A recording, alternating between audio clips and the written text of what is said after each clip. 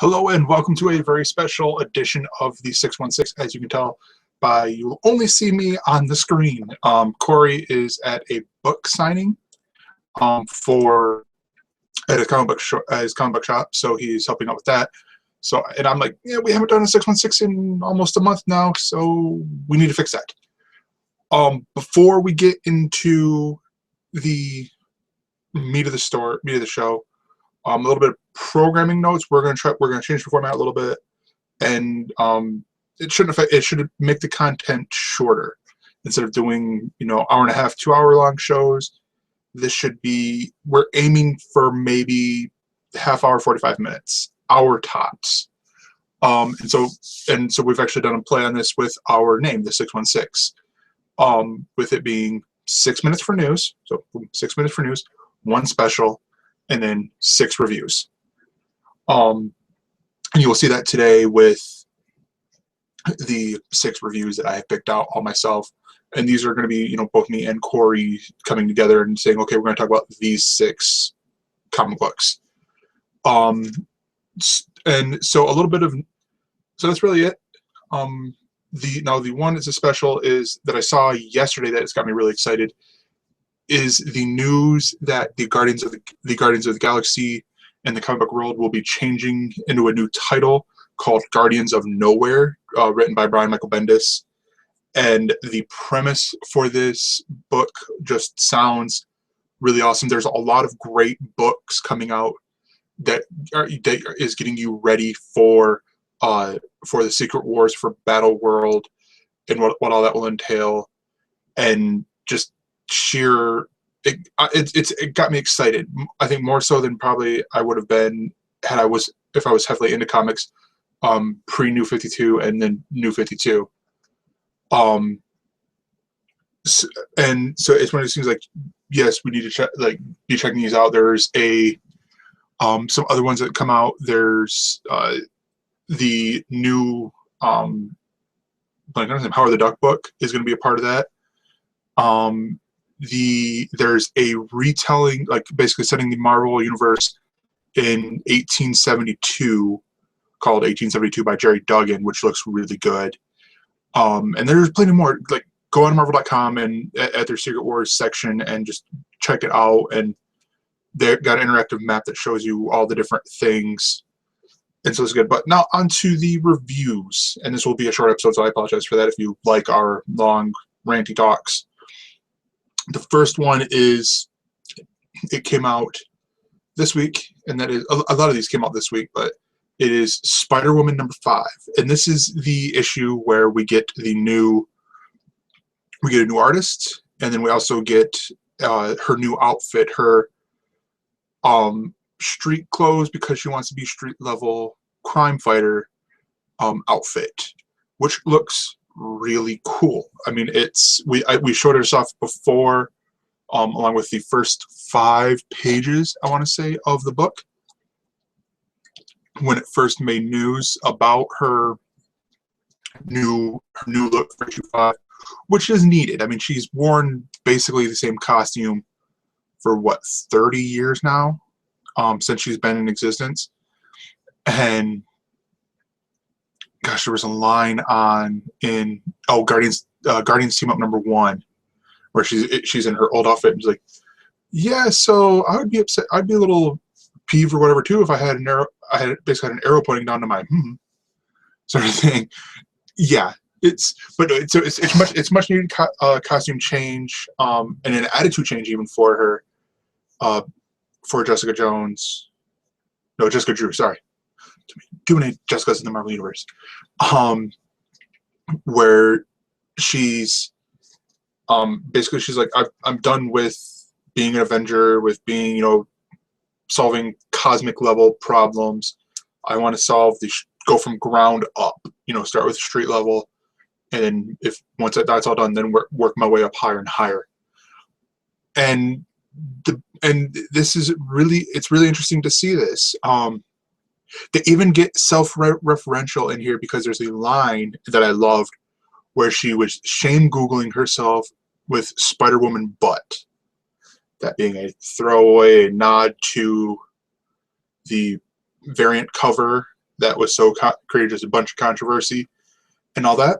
But yeah, and so it's a great read, a great jumping on point, even because the first 4 books dealt with Spider-Verse, and it's like, yeah, we don't really need that anymore. We got like here fresh jumping on point. The second issue, or the second book I want to talk about, is the final issue of She-Hulk.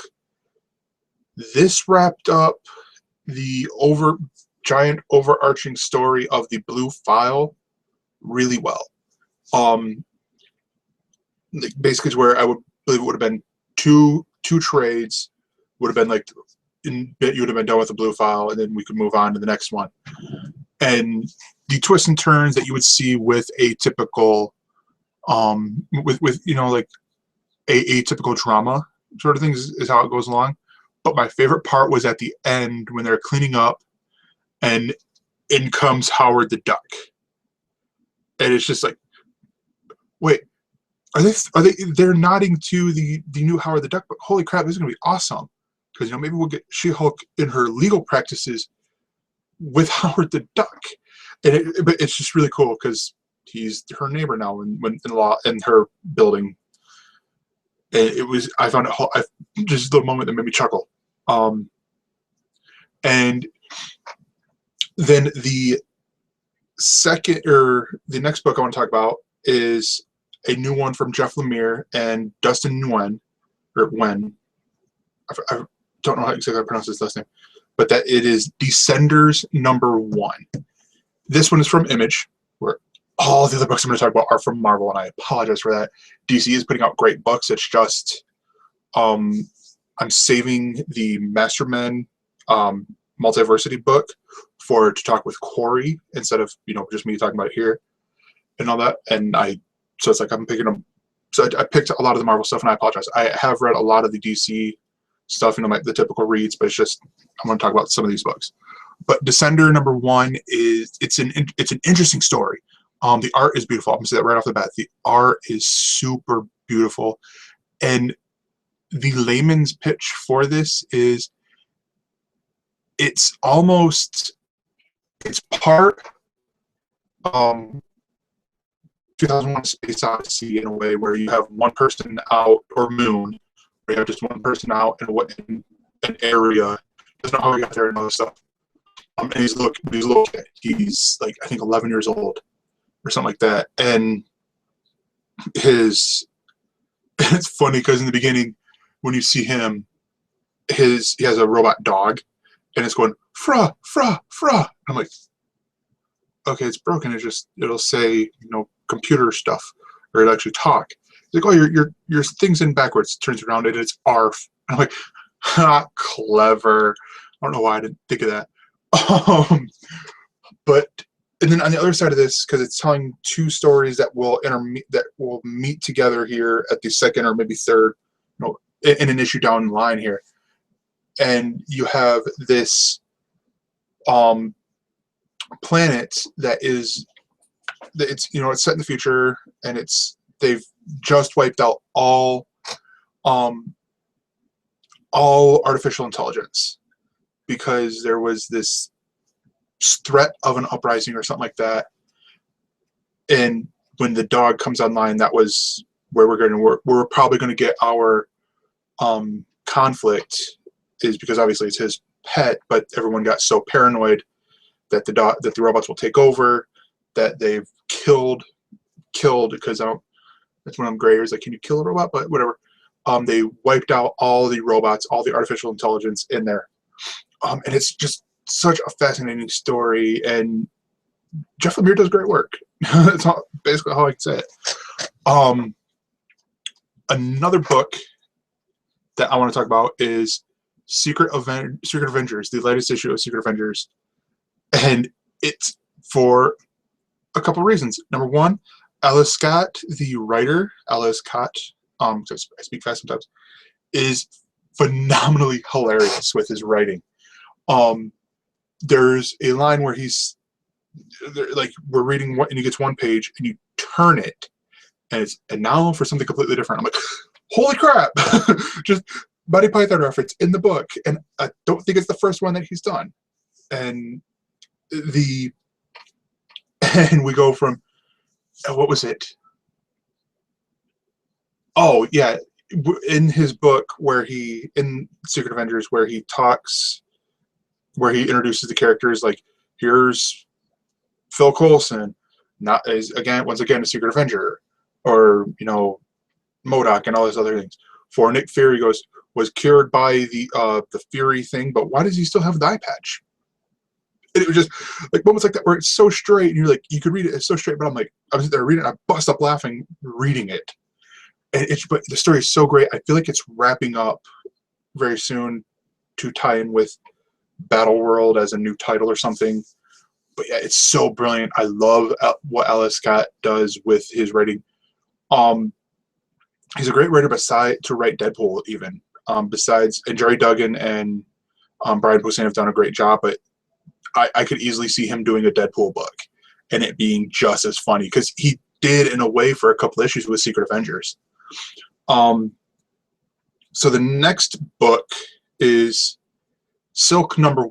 Now this is the launching off. They actually waited until after the Spider-Verse event to launch her book, which makes sense. I almost would have rather have seen them, and this is where I agree with Corey, is save Spider-Woman and do this one with issue #5 where it's a whole reboot. Just do that #1 and have a Spider-Women book, MEN, not MAN. Because it's sort of what it was for the first 3 issues. And then the 4th one was just the repercussions of it. But yeah, Silk, it feels to me like a classic Spider-Man book. Like, it's very much the same things that you see Peter Parker go through in the animated TV shows, but it's now a girl. It's now a woman. Like, she's working at the Fact Network and trying to solve where did her family go? Because she's been in that vault for 15 years or however many years, and she's just trying to figure out where her family went, sort of deal. And it's just a great story. I'm so excited to see the next issue, and I cannot wait. Sticking with the spider theme here, we have Spider-Gwen #1. This one, again, obviously waited until after Spider-Verse, but it doesn't, I think they make brief mention of the Spider-Verse event, and that's it. And I was perfectly fine with that. It's interesting to see all the different takes on these characters, and then I say a specific line, and like, yep, they still are essentially the same person, just different events happen to them. Like, you see Ben Grimm as a cop, dealing with the Yancey Street gang still. So it's like, whether he's the Thing or he's just Ben Grimm, he's still going to deal with the Yancey Street gang. We see Frank Castle in here and he's not the Punisher. He's actually the replacement for Gwen Stacy's dad as like police chief. And I'm like, okay, this is gonna be really interesting. And I want to say there was more people in there that had me interested in seeing how this went and how, like, the differences are. So it's sort of like going from Ultimate Universe to regular universe, or 616 to 16160, something like that. I had at one point during Spider-Verse had that memorized, like, oh hey, this is Miles Morales' universe. But now it's that even more, where it's just like, oh, he's still the Thing, but whatever. It's like, no, he's a cop, or he's a police chief that could be crooked, in the case of the Punisher. And it's a really strong book. Finally, the last book that I will talk about before I will wrap up is All-New Hawkeye #1. This one's written by Jeff Lemire, and the art is done by Ramon Perez, I want to say. And yeah, Ramon Perez. And the art is great. The art, it's a tie-in with the past book done by Matt Fraction. And at points, but then it's its own thing as well. And they use flashbacks really well in here, even to tell sort of a different take. Yeah, to tell his origin story in a way, which I think is what this whole first arc will do. Is it'll tell in flashbacks.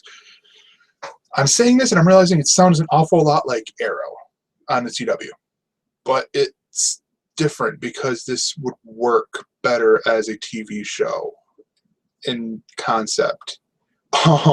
Not saying Arrow is horrible, because I still watch the show and I still enjoy it, but there's the backstory, the flashback part where it's Clint Barton, who is Hawkeye, and his brother Barney in the foster system, which I never knew they were in the foster system. He's just starting, either he has his hearing aids or he's just starting to lose his hearing, because you see this one moment that reflects in the past and then with the current time, and it's really touching, or not touching, bad example. It's really like, oh, hey, yeah, that's right, he still is deaf. He just has these hearing aids that Tony Stark made in the current world. But with the backstory, he's in a foster home, him and his brother, and the dad that's there, he's not exactly the nicest person, and Barney is like, Clint, you stay out here, I've had enough of this, I'm gonna go tell him off. And then at the end they run, and they just they're on their bicycles pedaling and pedaling and pedaling. The dad is chasing them in a car, which doesn't seem all that evenly matched, but whatever. It's a comic book, you have suspension of disbelief. And then they run into the circus, and I'm like, so that's how he joins the circus. That's awesome. It's just so. This is one of the reasons why I quickly picked up on Jeff Lemire as a writer, because he reinvigorates stuff in characters, and then, like, again with the current storyline, like the current timeline, him and Katie, the other Hawkeye, are working for S.H.I.E.L.D. on this mission, trying to get these secret weapons from a Hydra base. And it's just really interesting. That part is done in the more classic, weird thing, but in more of the Matt Fraction Hawkeye style, where it just doesn't look like the traditional, hey, it's almost photorealistic. It's more, hey, this is cartoony. This is the Sunday Funnies cartoony style, which is great. I love the art, and I love the difference in between the two. It's brilliant artwork, hands down. But yeah, that just about wraps it up here for me. You can follow us at twitter.com/elsnerds. That is, or right there at elsnerds. You can email us at mail@elsnerdshow.com or elsnerds.com. Sorry, mail@elsnerds.com. You can follow us on Facebook at facebook.elsnerds.com. You can follow me on Twitter at @Gregor. And we record what else is on our TV show where we talk movies and TV shows. Our podcast where we talk movies and TV shows. I'm like, wait, did I say TV twice? But anyways, at 9:30 Eastern, 6:30 West, which will affect everyone else if you want to watch this live UTC, because tomorrow is daylight savings time. So sorry, it'll be like an hour earlier. And also we have Pod Save the Queen, the only other show on here where I talk by myself to a camera, where I talk all about British television, and that is going to be, for the time being, every Wednesday at 9-ish or so, whenever I'm like, okay, I've watched enough and I can talk about it. I can talk about shows. And we thank you for checking out the 616. We know you have many choices when you fandom, and we appreciate you nerding out with us. Have a great weekend. And remember to support your local comic shop. We'll see you next time.